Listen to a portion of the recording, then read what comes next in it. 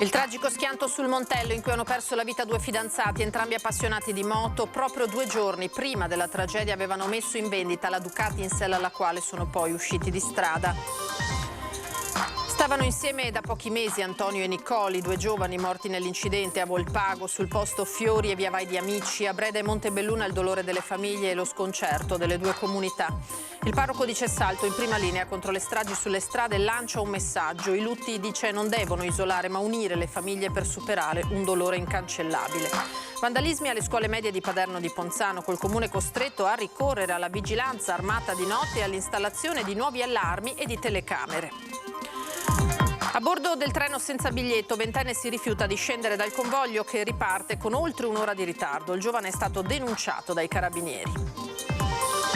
Alla fine di questo anno scolastico in Veneto chiuderanno 15 scuole paritarie, 12 di queste dell'infanzia, a pesare la crescente denatalità e la carenza di risorse. La storia di 2 gemelli che 25 anni fa sono stati adottati in India da una coppia di strana non vogliamo trovare i nostri genitori naturali, raccontano. La nostra vera famiglia è qui accanto a noi. Buonasera, ben ritrovati, eccoci in diretta con l'edizione di Treviso dei telegiornali di Antenna 3 e partiamo anche questa sera dal tragico schianto sul Montello in cui hanno perso la vita nel pomeriggio di ieri un 31enne di Breda, Antonio Cerruti, e la fidanzata di 24 anni di Montebelluna, Nicole Rebecca Bellusci, entrambi appassionati di moto. Proprio 2 giorni prima dello schianto avevano messo in vendita sul web la Ducati in sella alla quale sono poi usciti di strada.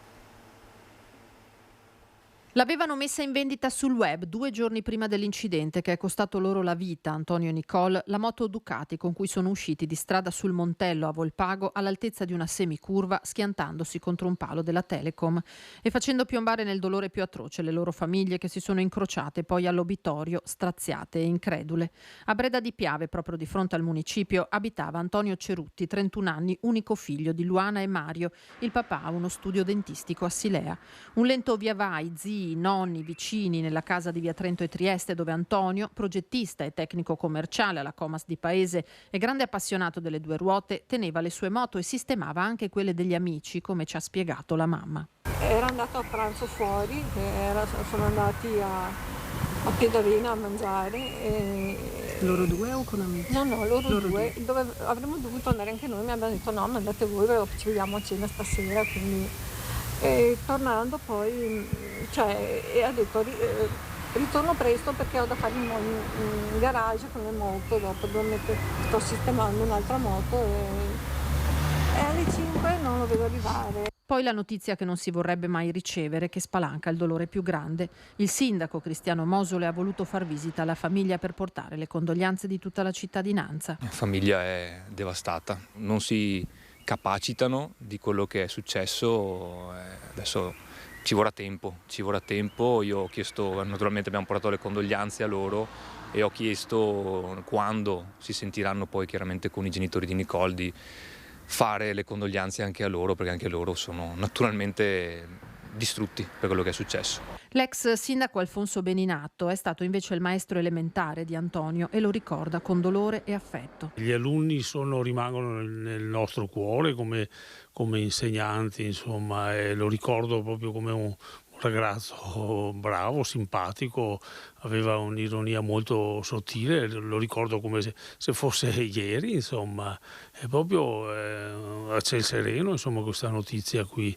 E mi dispiace proprio tantissimo, insomma, perché parte qualcosa di me, insomma, e questo lo porto nel mio cuore, non posso che dire questo, insomma, lo ricordo proprio con molto affetto. Stavano assieme da settembre Antonio e Nicole Rebecca Bellusci, 24 anni appena, e ora la foto dei loro caschi vicini lo scorso febbraio e l'immagine dello stesso casco a terra dopo l'incidente tolgono il fiato.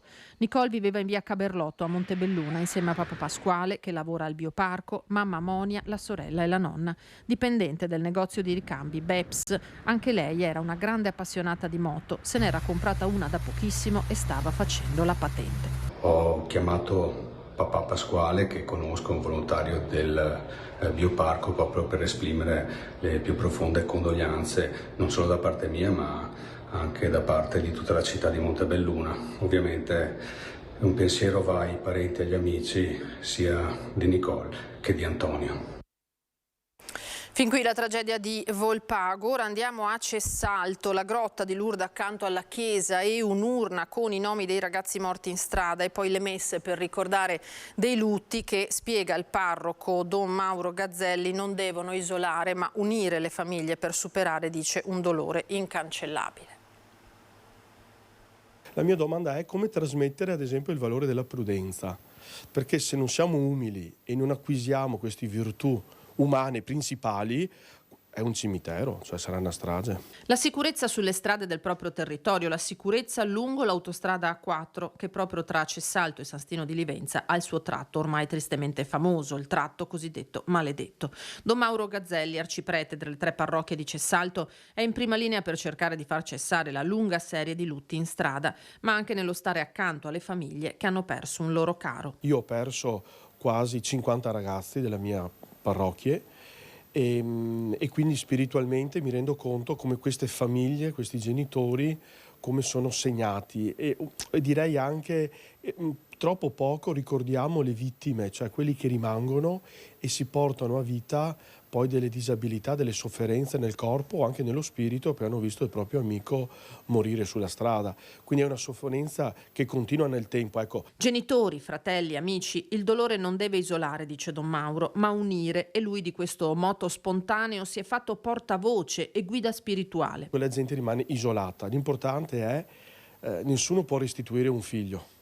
Almeno fare gruppo, fare rete e non lasciarle da sole. Sono nate anche delle associazioni in questo senso e anche noi fare prevenzione nelle scuole, però ripeto, non dimenticare il dolore e non lasciare che le persone si isolino nel loro dolore, perché sono tragedie che rimaniamo tutti senza fiato, direi, non solo senza parole, senza respiro. Anche a distanza di decenni, racconta il sacerdote, quel dolore rimane vivido e incancellabile e a ogni nuovo lutto ritorna prepotentemente a bussare. Da qui il modo semplice e significativo con cui la Chiesa sta vicino a queste famiglie che ogni volta rivivono il loro dramma. Si risvegliano tantissimi genitori, anche anziani, che hanno perso il figlio 40 anni fa e da lì tutti questi genitori che si fanno vicini a queste famiglie e pregano e mi dicono anch'io ricordo perché so cosa vuol dire, mi ha impressionato perché mi sono accorto che c'erano troppe famiglie che io non conoscevo che sapevano cosa voleva dire queste notizie che ti suona alla porta i carabinieri e ti danno la notizia.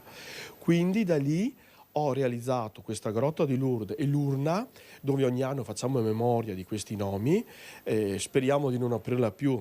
Un anno fa abbiamo inserito il nome di Samantha, quindi ogni tanto, ahimè, quasi ogni anno io devo aprirla, sta urna, così, spero di non aprirla ancora, e mi sono accorto, quello che dicevo prima, di non lasciare sole le famiglie, e quindi vedo come c'è un tessuto anche silenzioso di famiglie composte vicine a chi soffre.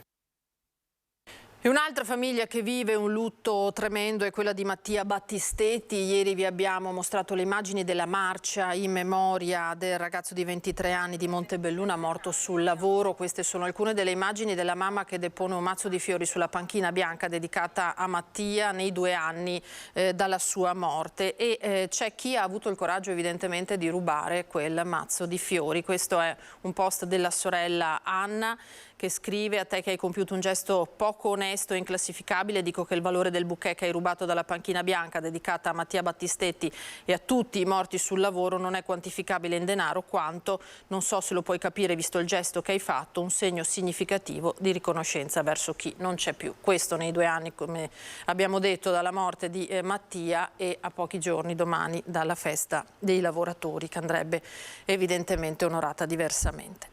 Vandalismi alle scuole medie di Paderno di Ponzano, ora col comune costretto a ricorrere addirittura alla vigilanza notturna e all'installazione di nuovi allarmi e telecamere. Noi adesso abbiamo ogni notte una vigilanza armata che continuerà per tutto il periodo necessario affinché verrà posizionato un sistema di allarme, di anti-intrusione direttamente sui cortili in maniera che nessuno si possa nemmeno avvicinare all'istituto. Vigilanza armata per sorvegliare di notte la scuola media di Ponzano Veneto, edificio nuovissimo costruito di recente a Paderno dopo la demolizione della precedente sede, ora oggetto di un secondo stralcio di ampliamento, preso di mira nelle ultime 3 settimane da giovani vandali che sporcano, rompono e imbrattano i locali.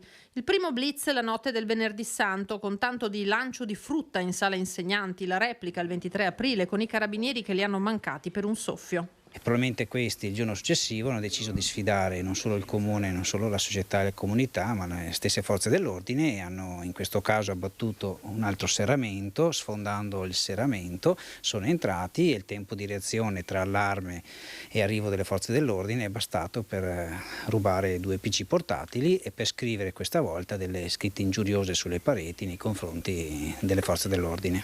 Facciate e aule sono state subito ripulite con costi che ricadono, come pure la vigilanza privata sull'intera collettività. Nel frattempo proseguono le indagini da parte delle forze dell'ordine e il comune si sta attrezzando attraverso delle risorse che si è da poco aggiudicato tramite un bando per installare all'esterno della scuola delle telecamere. Non si vorrebbe arrivare a tanto. E non si vuole lavorare tanto, no, uno perché costa, perché sono soldi che tiriamo fuori per niente, e sapere che ci sono invece dei ragazzi che probabilmente hanno anche frequentato questo istituto, che non la pensano così e che vogliono anche prendere in giro la stessa comunità è molto offensivo. Mi chiedo dove siano queste famiglie, perché per 2 volte gli interventi sono accaduti tra mezzanotte e mezza e l'1 di notte, e io come genitore mi porrei la domanda: dov'è mio figlio a quest'ora? Viene trovato a bordo del treno in partenza per Vicenza senza biglietto. Invitato dal capotreno a scendere, un 20enne di origini marocchine si è rifiutato di lasciare il convoglio. È successo ieri sera alle 20:30 alla stazione di Treviso, e di fronte all'atteggiamento del giovane il capotreno ha chiamato i carabinieri, che dopo i dovuti accertamenti hanno denunciato a piede libero per interruzione di pubblico servizio il ragazzo. Il treno infatti è potuto ripartire solo dopo un'ora, verso le 21:50. Lasciamo la cronaca per ora, parliamo adesso di denatalità. Il 31 agosto 2023 in Veneto chiuderanno ben 15 scuole paritarie, 12 di queste dell'infanzia, a pesare appunto il calo demografico e la carenza di risorse. Tenete conto che ad agosto noi chiuderemo 12 scuole dell'infanzia. Anche qui il dato medio è stato di circa 10-12 scuole dell'infanzia chiuse anno su anno in Regione del Veneto. Continua il trend negativo iniziato ormai da qualche tempo, con la progressiva chiusura di una decina di scuole dell'infanzia paritarie all'anno. Ad agosto 2023 saranno 15 gli istituti paritari di ogni ordine e grado che termineranno la loro attività in Veneto. Di questi 12 asili, 1 in provincia di Treviso e Rovigo, 7 nel Vicentino.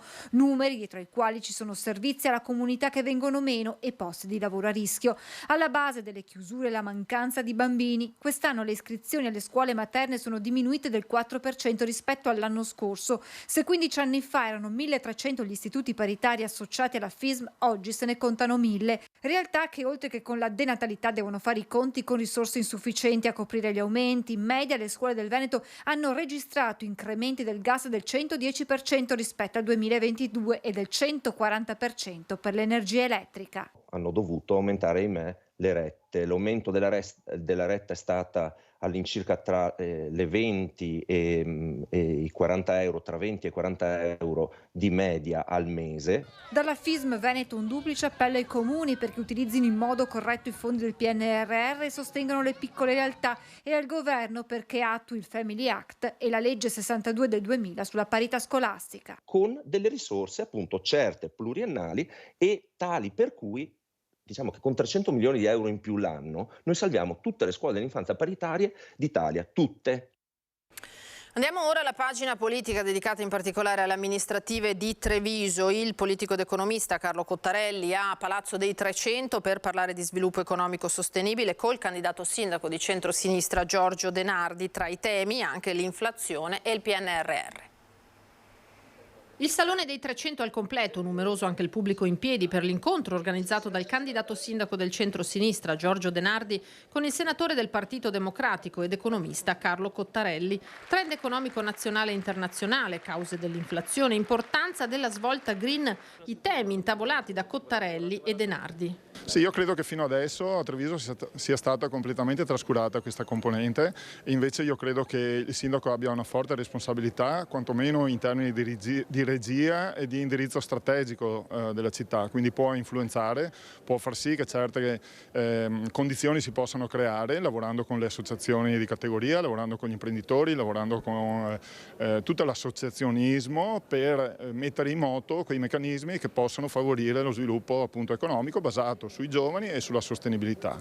Sostenibilità in termini di costi e di ambiente, sottolinea Cottarelli, che coinvolge tutti i soggetti pubblici e privati, enti e cittadini. Basti pensare alla direttiva europea sull'efficientamento energetico degli edifici, da cui nessuno potrà chiamarsi fuori.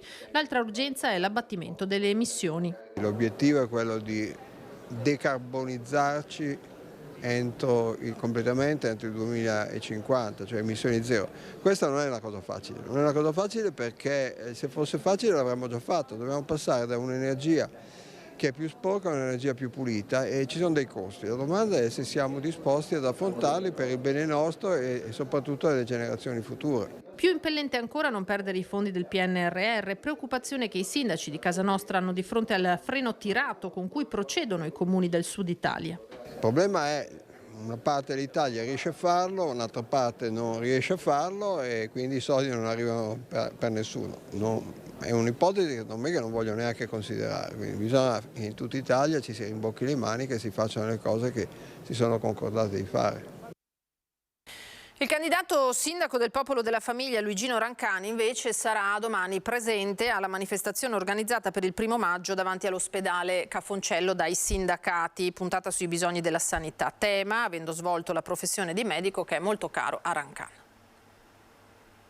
Partecipo perché so che tante cose funzionano, sono belle e altre forse non funzionano e bisogna migliorarle. E le cose belle sono l'ospedale, cioè l'ospedale di Treviso è un'opera magnifica che Treviso meritava, non solo Treviso ma tutta la provincia. Quello che non funziona è il territorio, cioè qua la teoria è quella della coperta, quella è la misura, quindi se tiriamo più da una parte andiamo a scoprire dall'altra. E in realtà già da 20 anni si parla, la Regione, le ULSS parlano di favorire il territorio. Il risultato dopo 20 anni che si è favorito l'ospedale a discapito del territorio. Per territorio intendo i distretti sanitari e in particolare la medicina di base. Già direi da 10 anni a questa parte si è cominciato a avvertire che quando questi medici ex giovani che sono entrati negli anni 80 sarebbero andati in pensione, che vuol dire l'anno scorso, quest'anno, negli anni prossimi, è chiaro che si sarebbe creato un vuoto. E lo stiamo vivendo adesso, vediamo interi paesi dove prima c'erano 4 medici, adesso ne hanno uno solo. Medici che devono spostarsi da un paese all'altro per integrare l'assistenza. Ecco, lì andava messo mano prima e a questo punto siamo arrivati a un punto dove dobbiamo veramente mettere mano in quella sanità. Rispetto all'utilizzo di Palazzo Moretti. 10 anni fa, 15 anni fa era un problema parcheggiare a Palazzo Moretti. Adesso lanciano l'idea di ristrutturare quel palazzone, di trasformarlo in una cittadella della salute aperto 24 ore con medici di base, con infermieri, con psicologi, con tutto il ben di Dio che si possa immaginare. E la domanda che mi faccio è: il vecchietto dove va a parcheggiare? Va a parcheggiare al Miani per andare a piedi, tra virgolette, fino a Palazzo Moretti. Quindi quell'idea è un'idea che non sta in piedi, cioè va presa in considerazione pensare a qualcosa di più intelligente e di più utile, soprattutto per i pazienti fragili. Un 1° maggio legato ai temi della sanità anche per Gabriele Zanella, candidato consigliere con la lista di Unione Popolare, che appoggia il candidato sindaco del Movimento 5 Stelle Maurizio Mestrinere. Tra i tanti settori in grave affanno, quello legato alla salute mentale. Oggi questo settore lavora in Veneto, se noi andiamo a vedere tutti gli indicatori, con 1/3 del servizio che sarebbe necessario.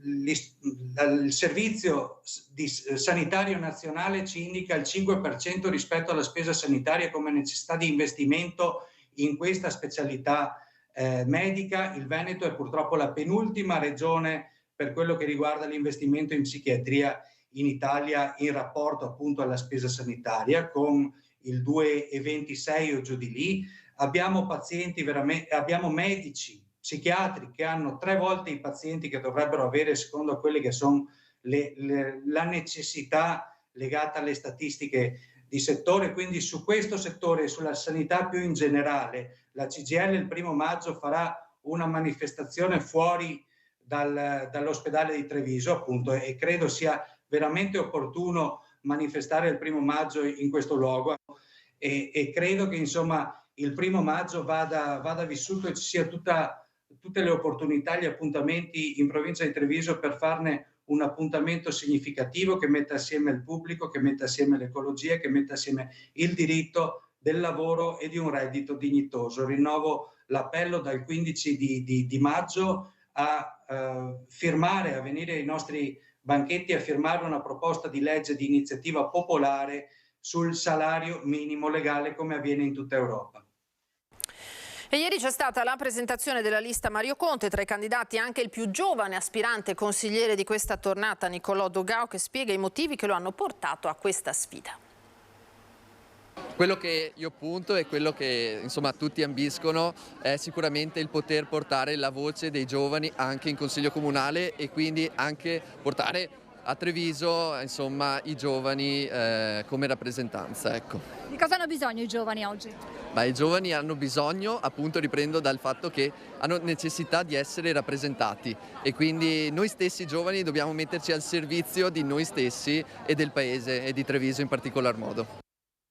Vogliamo un'altra città anche per le acque superficiali e sotterranee, così Coalizione Civica, la lista a sostegno di Giorgio De Nardi da Sant'Artemio, dove il gruppo si è riunito per incontrare la stampa lungo il Limbraga. Per il gruppo politico la Lega starebbe dilapidando il patrimonio idrico e le condizioni del Sile e delle sue risorgive lo confermerebbero. Caso emblematico quello della cava Morganella, dove è stato autorizzato un ulteriore approfondimento sotto falda. Di contro non si sarebbe agito con sufficiente determinazione davanti alla prolungata siccità. L'amministrazione di Treviso non avrebbe impresso, secondo Coalizione Civica, una svolta su questo fronte, da qui la necessità di nuovi interventi a tutti i livelli. Adesso ci fermiamo per un veloce break, torniamo tra poco con molte altre notizie.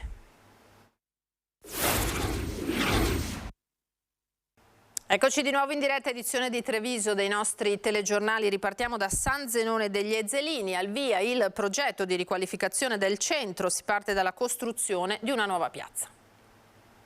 Oggi è una giornata davvero importante per San Zenone perché siamo qui a posare la prima pietra della piazza del Donatore. Una prima pietra per una nuova piazza, ma soprattutto un primo passo per la riqualificazione di tutto il centro di San Zenone degli Ezzelini.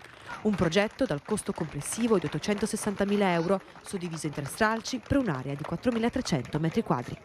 San Zenone ha bisogno anche di spazi da poter vivere assieme e questo verrà fatto proprio qui in questa piazza perché sarà proprio all'ingresso del municipio e comunicherà con un'area sud dove ci sono le attività commerciali e nell'area est dove invece c'è il parco che abbiamo anche riqualificato e dove ci sono molte famiglie durante il giorno che passano il loro tempo, per cui è davvero un punto di aggregazione. Un disegno, quello della nuova piazza, che prevede la sostituzione della pavimentazione, aree verdi, panchine e una nuova illuminazione. Un primo stralcio dal costo di 165.000 euro, possibile grazie a fondi PNRR.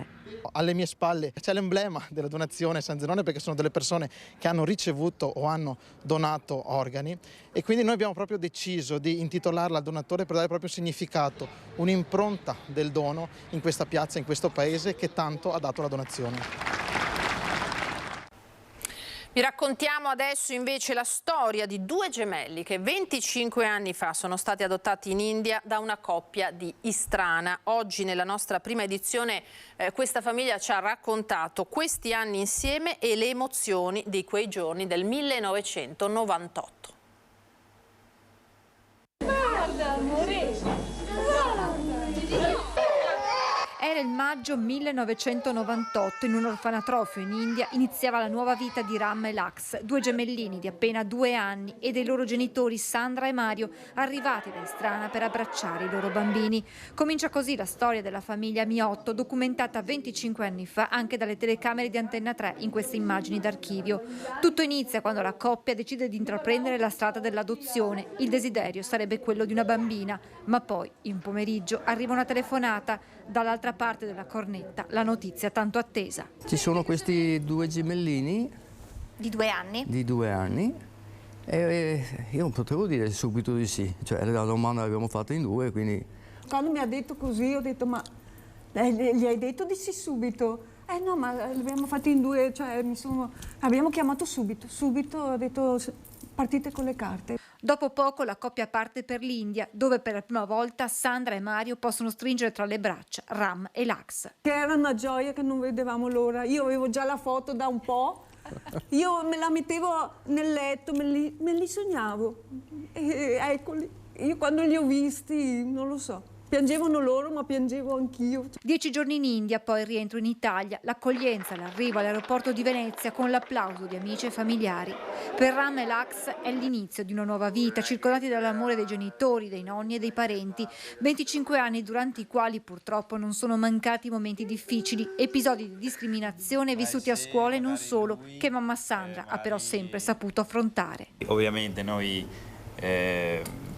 diversi magari da loro, ecco, magari anche il colore della pelle, però comunque sì, eravamo piccoli. Ce ne sono stati anche da grande. Cercavo di essere più leggera nelle cose, non trasmettere odio, perché sennò non era più finito. Mamma e papà non hanno mai impedito ai figli, nel caso l'avessero desiderato, di tornare in India per scoprire qualcosa in più del passato. Ma per Ram e Lax la famiglia è quella che in questi 25 anni è stata loro accanto. Ci piacerebbe andare a visitare l'India e a vedere com'è, sì, com'è fatta, ecco. Però la famiglia ce l'abbiamo qui. I genitori sono loro, i nostri genitori, ci hanno cresciuto come meglio potevano. Se dicono di andare vado anche io. Ci hanno sempre Rifaccio detto, il giro di nuovo. Se volete andare vi paghiamo anche il viaggio, andate pure, è giusto che andate. E sapete che avete due mamme, due papà. Infatti ho sempre detto, però avete due mamme, una di pancia e una di cuore. Esatto. C'è sempre una differenza però, c'è il genitore che ti mette al mondo, mamma e papà sono quelli che ti crescono e sono qua.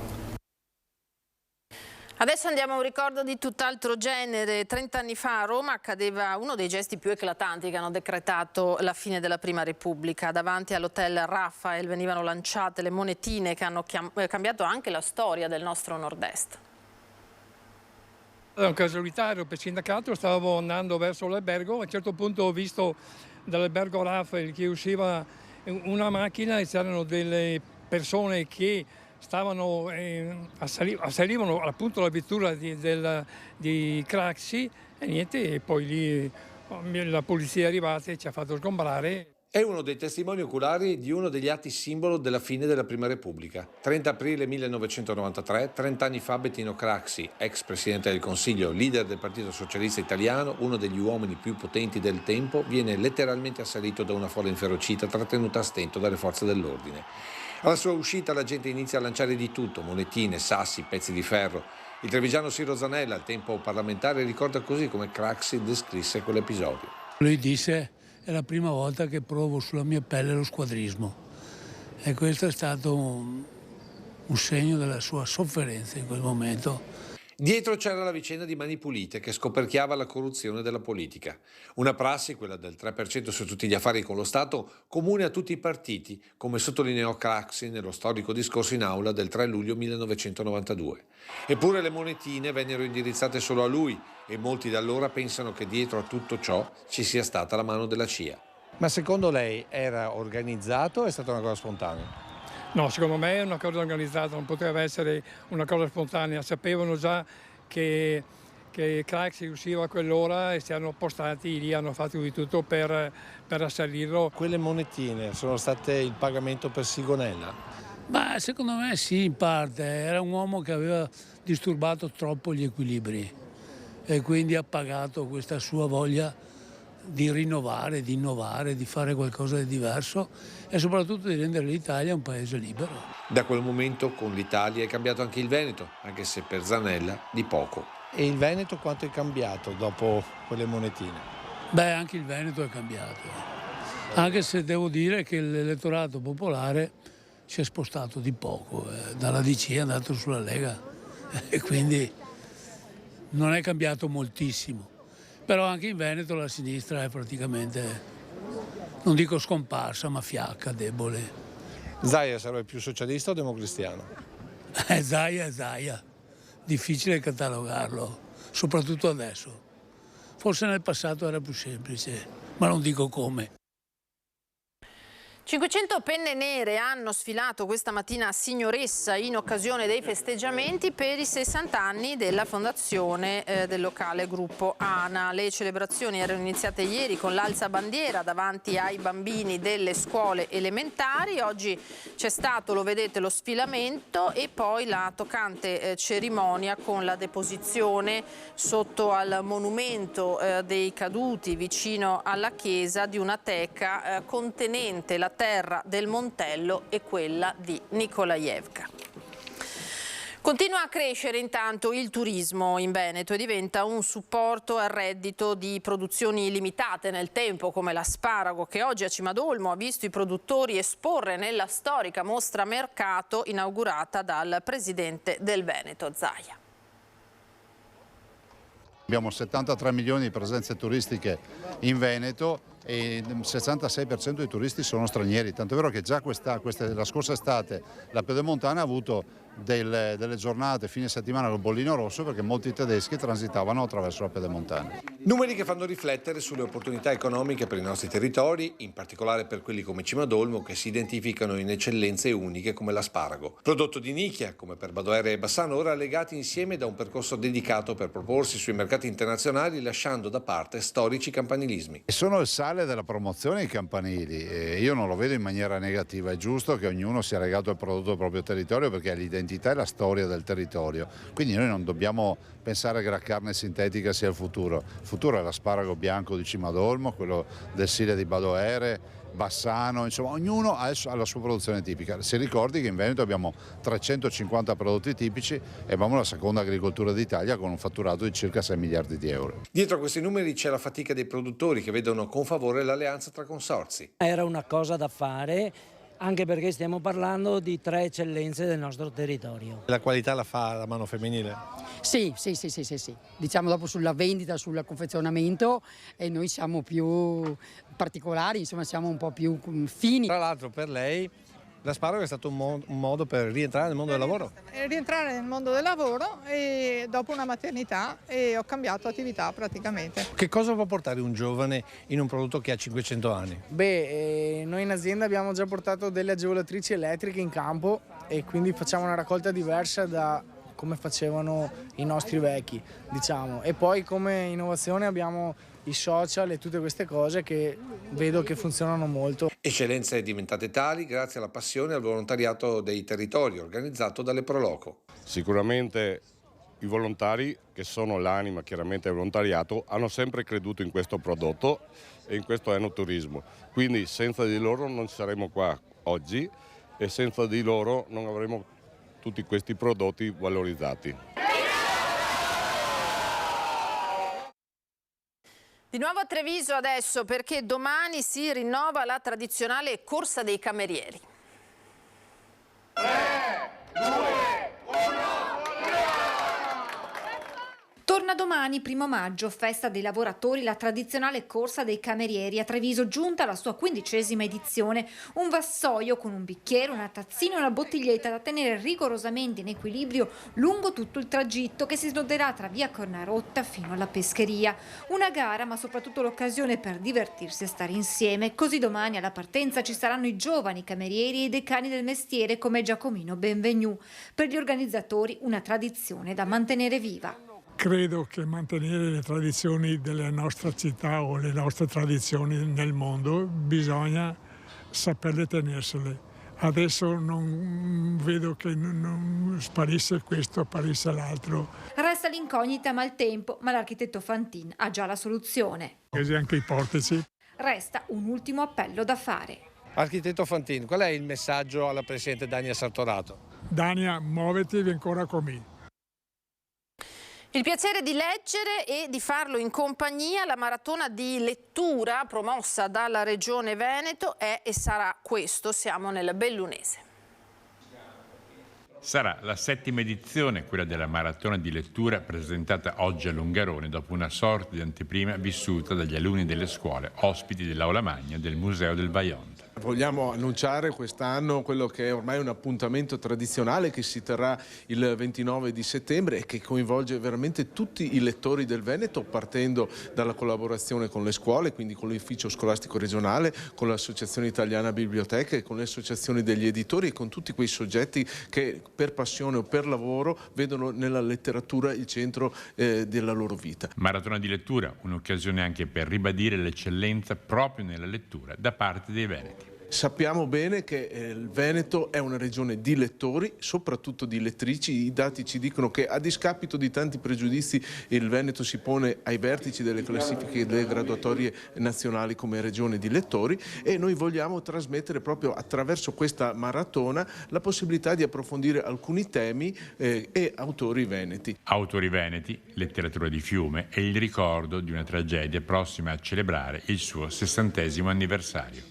Non a caso siamo qua a Longarone perché uno dei temi trattati dalla maratona di quest'anno sarà la ricorrenza dei 60 anni della tragedia del Vajont, una ricorrenza che secondo me è particolarmente significativa, soprattutto che per quel rapporto che deve essere costruito e che oggi è oggetto assolutamente di attualità tra l'uomo e l'ambiente. Era l'ultimo servizio per questa sera, a me non rimane che salutarvi e lasciarvi alle previsioni del tempo. Una buona serata, un buon 1° maggio.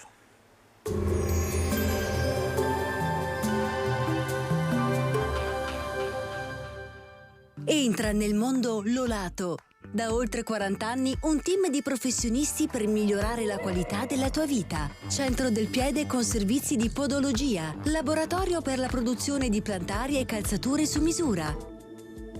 Bentrovati al meteo. Ponte del 1° maggio con una spiccata variabilità causata da una perturbazione in transito sull'Italia.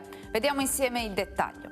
Sul Veneto la grafica ci mostra un contesto molto instabile con qualche spazio asciutto al mattino, a seguire piogge via via più diffuse sulla nostra regione, localmente anche abbondanti. Temperature stazionarie o in lieve locale calo, minime tra 10 e 14 gradi, massime tra 16 e 22 gradi all'incirca. Ci spostiamo ora sul Friuli Venezia Giulia.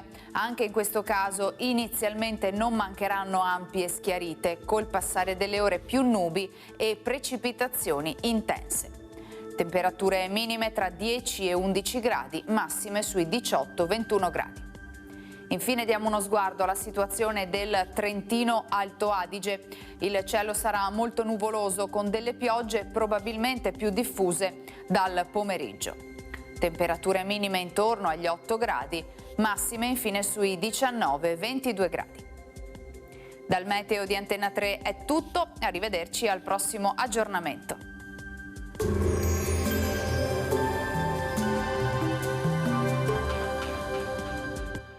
Busti, tutori e protesi di arto personalizzati. Ortopedia e sanitaria Lolato. A Treviso e Montebelluna. Lolato, soluzioni per star bene.